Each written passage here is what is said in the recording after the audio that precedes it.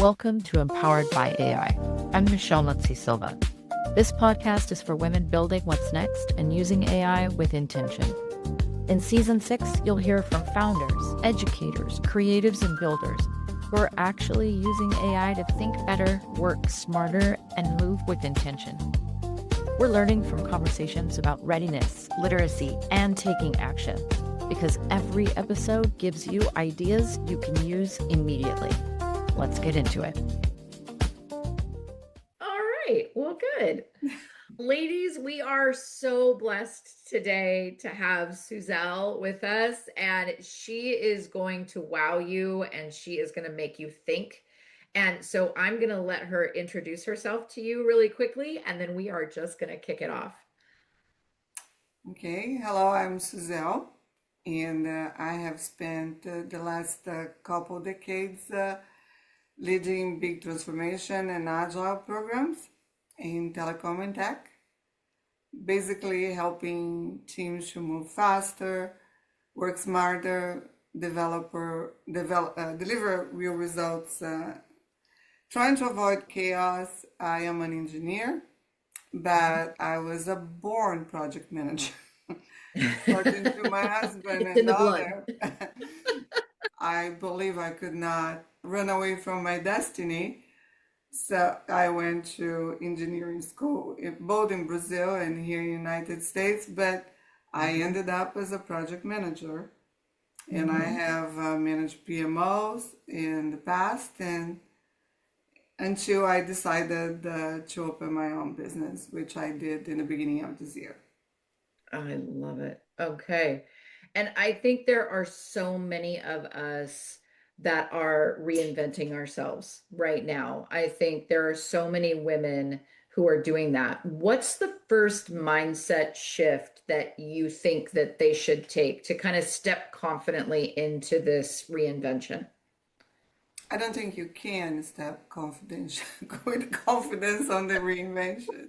Well, we're just going to rip off the Yeah, Band-Aid then. yes, because it is. I thought that I was ready, and mind you, I have been teaching teams to be agile for the past 10 years, and agile is iteration, right? So you do a little bit, and you learn from that, and you go back and start again. You retest, and so you can have a better product. When I started my business, I had to have a plan. I needed to know how much money I was going to make. I needed to know everything. And life taught me that that was not the case. And things started flowing much better when I accepted that I just needed to calm down and let things happen. I had done AI courses for the past 2 years, and it seems like all the pieces started coming together in terms of what I wanted to do. But what I'm doing today is completely different from what I had planned in my engineering mind. So I think one of the things we need to do is accept the changes and understand that, be more of an observer of our own lives than wanting to control everything. Isn't it interesting that so many women have that? I think some might think of it as perfectionism, but really what it is it's this attempt at control. And I think it's fascinating that you're articulating that, because I hear so many women say this, well, it wasn't quite perfect yet. Or, oh, wait, no, I wanted to tweak this before I made it public. Or, oh, I don't want to take that step quite yet because this hasn't been worked out yet. Absolutely, and I thought that I had to be Mr. Einstein on AI before I went out and did something. One of the things that actually amplified my community today, I was with the kids on a very long swim meet, and I could not see them from where I was because it was an Olympic venue. And I didn't realize that before I went there. And I just told myself, what I'm going to do now? I'm totally bored. No internet, nothing. So I'm just going to start writing a book. And I started that, and that caused me to do a lot of research and learn a lot. And because of the book, it opened up so many doors, and meeting women from the AI community, learning a lot from them. So I never planned to write a book. And I wasn't planning on coding tools either. I was just, I'm gonna do project management somewhere, and you know, you just have a plan, but then life makes Gets in sure the way. it's something different. Oh my goodness. So what did your book end up becoming? What is the name of your book? My book is called AI Powered Business Transformation from Strategy to Execution in Weeks. Oh my goodness. We are going to have to link to that in the show notes so that people can see that. That's wonderful. All because you were bored. So why not? I'm going to write a book because I'm bored. My phone wasn't working, so I could not scroll into something. I think that also See? talks about our inability to be at peace or quiet without the a screen in front of us. So the only thing I had was a computer screen with no internet whatsoever. And then creativity comes in. Right. Oh my goodness. You also have conversations about what you refer to as waterfall thinking, and how that too will stall innovation. So, how does someone running a small business or even a solo entrepreneur recognize it when they're operating in this waterfall thinking? Well, this is exactly what I was just talking about. It's I wanted a plan. I wanted to make sure that in a year I was going to be making exactly or more money than I had been in corporate America. I did not understand, because of being in corporate America for so long, that if you're a solopreneur, you have to develop relationships, and because the clients are not going to come just because, I don't know, you contacted them on LinkedIn. You need to develop trust. There were so many things that I needed to learn that I had no idea. So it was an incredible path of discovery. And the waterfall thinking, if you get really attached to it, you just get paralyzed because things will not go the way you want them to go. It's not according to the plan. And many times I stopped and I'm just going to go get a job. I cannot stand the fragility and vulnerability of not being in charge of my own destiny. Yeah. And you talk about that danger of staying in safety for too long. It's much safer to go get a job, as you pointed out. What does strategic courage look like for an entrepreneur? It's actually to pursue your dream, right? To actually, it takes a lot of courage to pursue a dream. Yeah. And I had not realized that. I thought that what I had was going to be enough to, I don't know, it was just going to fall in my lap. I think it is the mistake, because when you have, yes, you're in corporate America and you're growing and it's very predictive. You understand, you know whether you're doing right or wrong. You have these evaluations, and you talk to people, and And I'm not saying that this is always the case, but you kind of have an idea what direction you're going to take. Mhm. When you are out there trying to make it on your own, you need to develop a community. So my advice to women that want to go out there is just start developing the community before, and actually putting your feet in the water before you just, this is what I'm going to do. Because it's not, so shocking. Yeah. Yeah. And I know for small teams, for solo entrepreneurs, they're leaning on AI to help them do more things and get their feet wet, get themselves dipped into this. So what does a modern AI-enabled version of project leadership look like when you're stepping out of the bureaucracy? Everything that is repetitive, you can use AI to do for you. Um, Actually, I have been using AI for so many things. I was able to, I have two colleagues that co-authored the book with me. And we were having a book signing, and I had shots of them, and we needed to get a poster with all of us in suits and all that, but we didn't have that.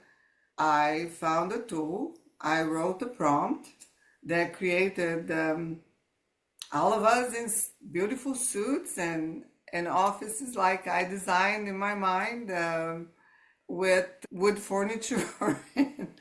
So it was, and everybody at the book signing was asking, where did you take these pictures? It looks absolutely great, and it was AI. Yeah. I don't know. I don't know how I lived without it. For Right um, now that we use it for so much, right?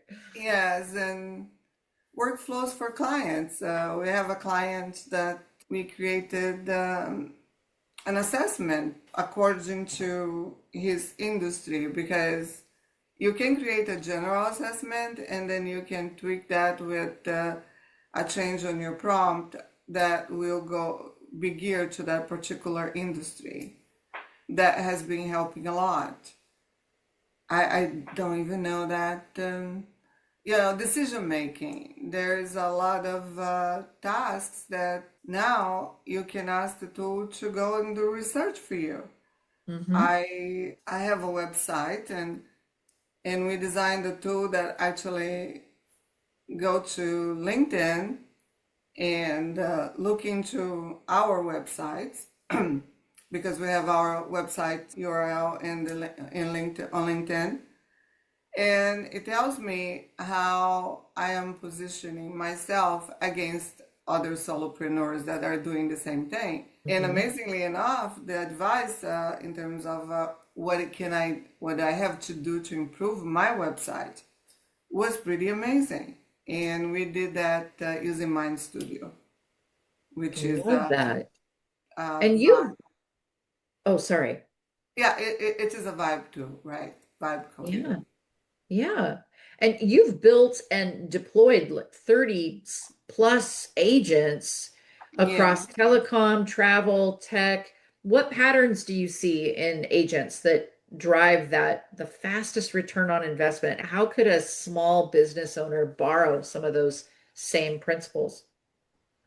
One of the things that, if you have an idea, it is very useful to test that idea, right?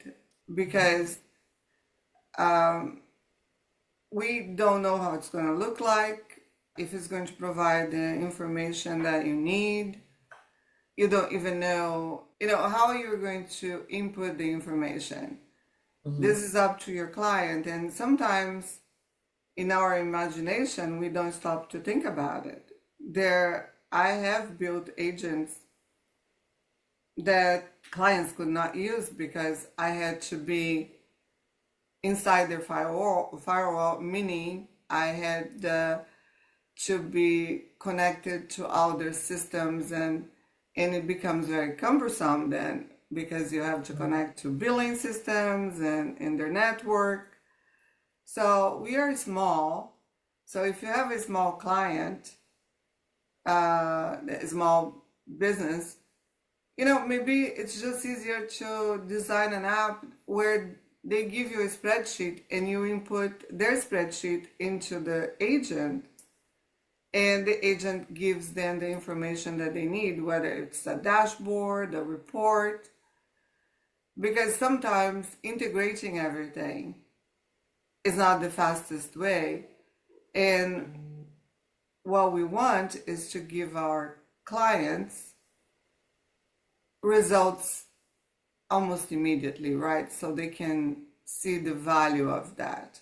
And later on, you can start integrating. Yeah. And you emphasize starting with small experiments, learning fast, scaling what works.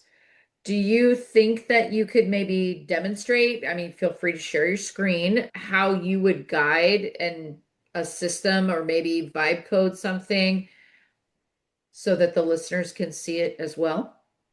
Absolutely. I will be glad to do that. And I have actually done several agents, and they are very fast. I would like to tell your listeners there are many tools that do not require any coding. If you have an idea, I would recommend first just go to one of your large language models, which is what we call AI tools. Go to ChatGPT, Claude, Gemini, whatever it's your preference, and say, I want to write an agent that does this, that, and the other, whatever your idea is. The tool will give you a prompt, and you just need to copy and paste the prompt into a vibe tool. Vibe tools are Lovable, Mind Studio, there is VO, so there's several of them, and if you don't know one, I'm sure you can Google it. And you paste your prompt, and the tool does it for you. And then when you look at the result, you can say, well, I don't like this color. I don't like the way you do this or input that. But you are talking to the tool, and it keeps changing it for you. So A lot like iterating with Chat GPT. Yeah. yes, I think creating these small agents is not difficult at all. I think it's a mindset issue. We have a very difficult relationship with machines. And if you're weird talking to someone, to a machine like it's another human being, and it's not. But these machines are there they understand what we are expressing, and they have all this math and physics behind them, right? So you just express what you want, and they will be giving you, and sometimes they won't.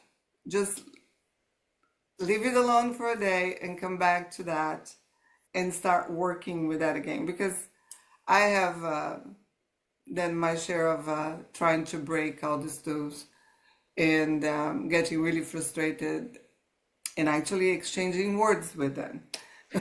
So Oh, well, let me, let's see it. yeah, Let's let me see share something in my, action. We'll try to not curse at the tools today. no, we won't. So what I did, so we wouldn't have a lot of, spending time trying to guess how to write a prompt or so on. I prepared the prompt, and let me see. It's here. This is a tool that is actually very good for any small business out there.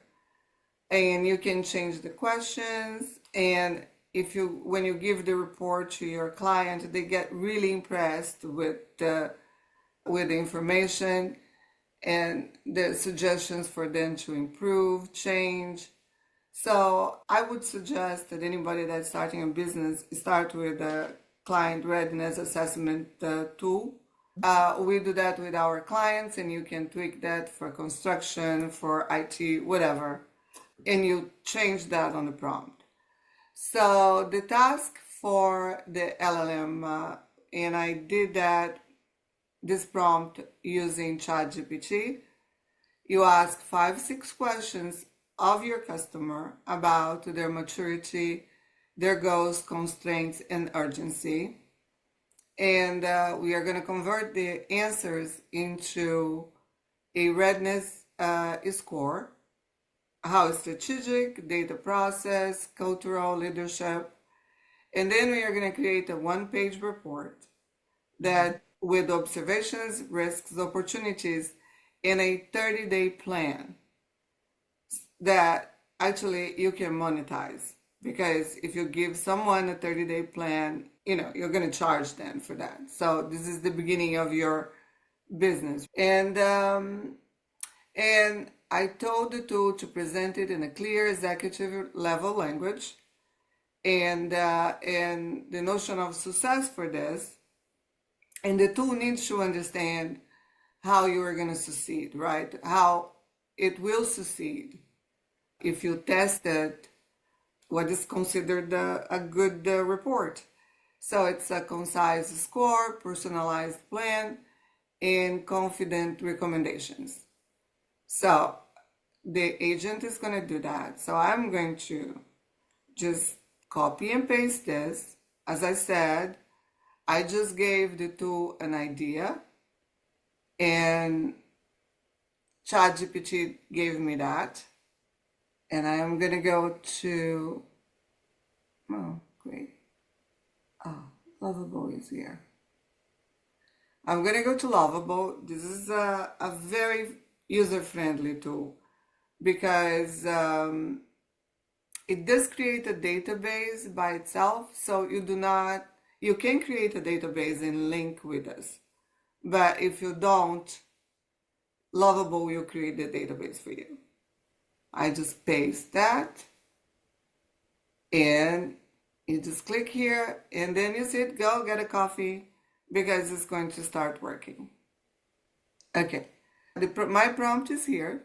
There we go. Yeah. And I just enter that as we enter on the other tools, and Lovable is working. You can go and get a cup of coffee, and it's telling you what it's doing, how it's going to design it, what kind of features it's going to build, and it keeps doing it, and you can get your work done in another screen, another computer, whatever, because it is working.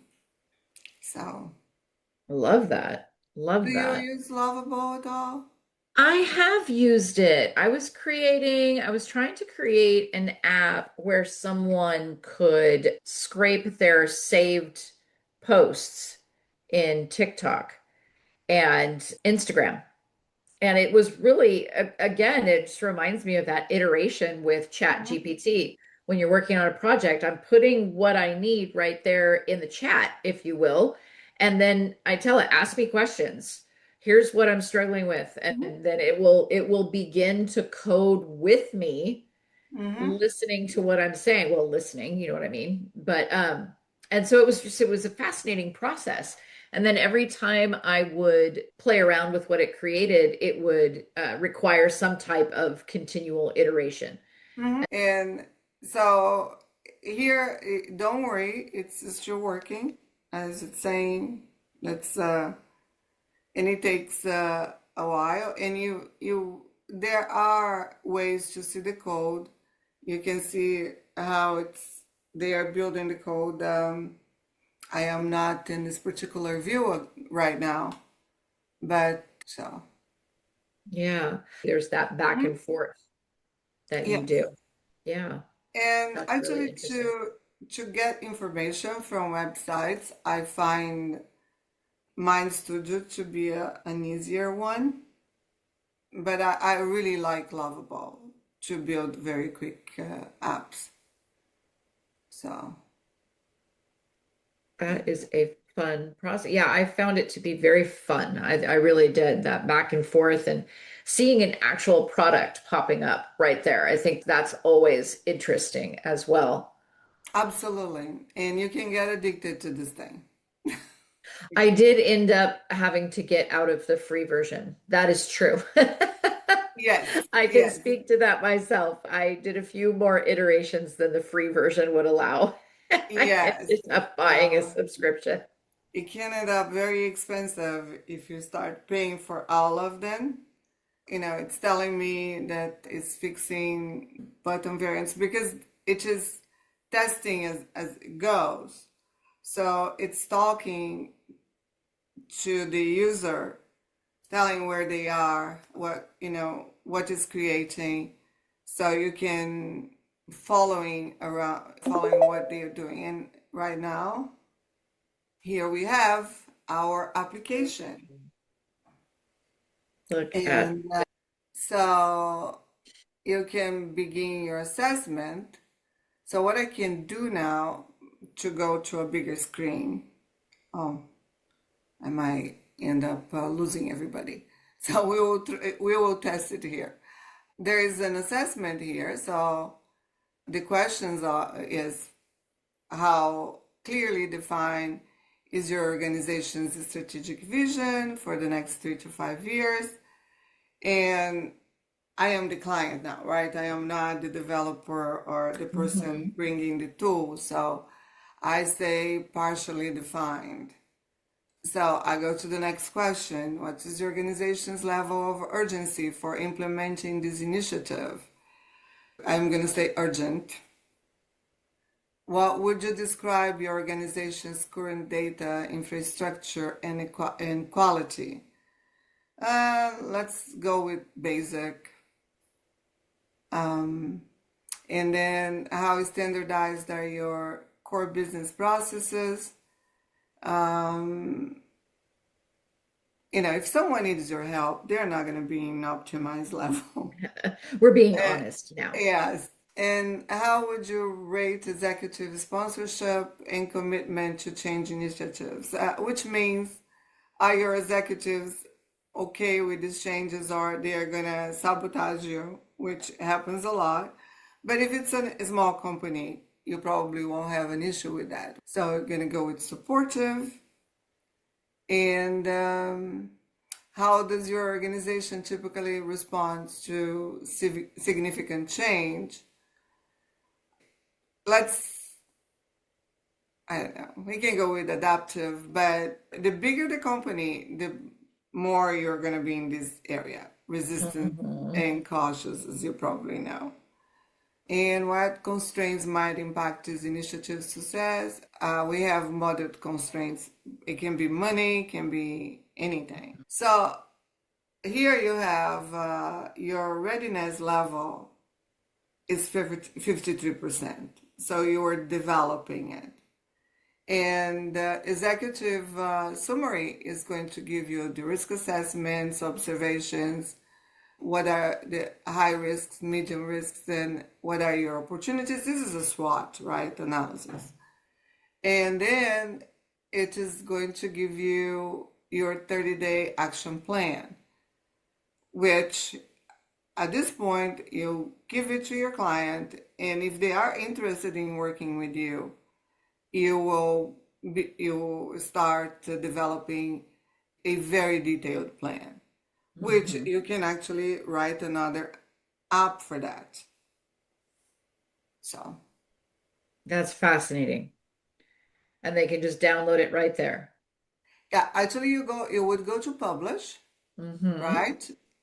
Because it would be when you publish it, you will be like a website, a regular website, and you will give the URL to your client, and then they can download the report. Okay. Because what we are doing here is previewing the app and testing it pretty much. Yeah. And then I'm sure there's a level where if you wanted to create a lead magnet, you could end up attaching it to your email provider. Oh, absolutely. You can do that through connecting it to Zapier, and if you and then Zapier would be sending emails with the contents of the report. Fascinating. And there are other options too, but Zapier is usually what I use. I appreciate so much you showing us this because it just demystified. A lot of people look at vibe coding and they're just like, well, maybe that's for somebody else. Maybe that's not for me. But you're just demonstrating how this is really so accessible for someone to begin playing around with. And they can end up with something that is just kickstarting their thinking with no time at all. And it is fun. My sister was going to travel to Europe and then get on a cruise from Italy back to Brazil. And they were going to stop in several cities in Europe, and she wanted to visit historic places, but close to the port because, they're very limited. I don't know, arrives at 8 o'clock and leaves at 5. So I designed an app for her that show locations, which place she could go. And then I ended up getting it very complicated with restaurants and what kind of weather it was going to be. So, but if you're building something and you don't know how to continue, you can go to ChatGPT, for example, and say, I am building this.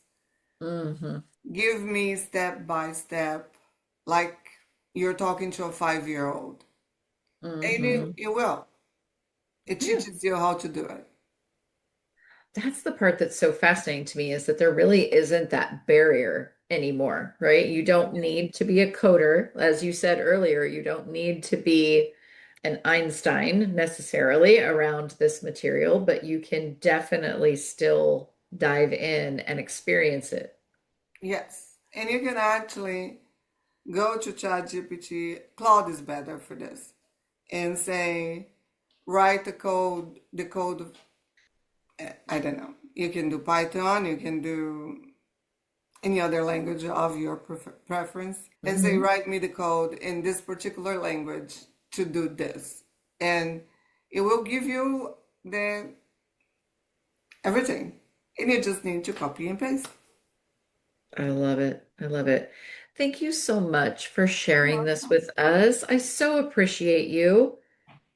You're most welcome, and I hope this actually breaks some barriers from women. People are, in our conversations, people are really not afraid, but AI is not something that people totally understand yet. And I think there's an element of fear, which is normal, and using these tools. And the tools are easy. I think as long as we change our minds, it can help anybody. Well, as people, I am sure, want to connect with you, where are they going to find you? I am on LinkedIn, and I probably am the only Suzel in there. I believe you are. And to complicate matters, my name is Wyville Jones, so I am the only person with that name. And we will make sure that we connect them in the show notes as well. Very difficult to find. The only one. The only one. You're unique. Yes. Thank you so much for joining us tonight. It has been a privilege. It was a pleasure talking to you, and I hope it helped other people. Thank you. You've been listening to Empowered by AI, and I'm your host, Michelle Muncy-Silva. If something from this episode clicked, don't let it stop here. Take one idea and try it out this week. And if you want to go deeper, head over to the Empowered by AI the Slay Effect YouTube channel, where you can watch demos and walkthroughs from our guests today and so many others. Like, subscribe, and join us there so you don't miss out on what's coming next. All the links and resources are in the show notes. I'll see you next time.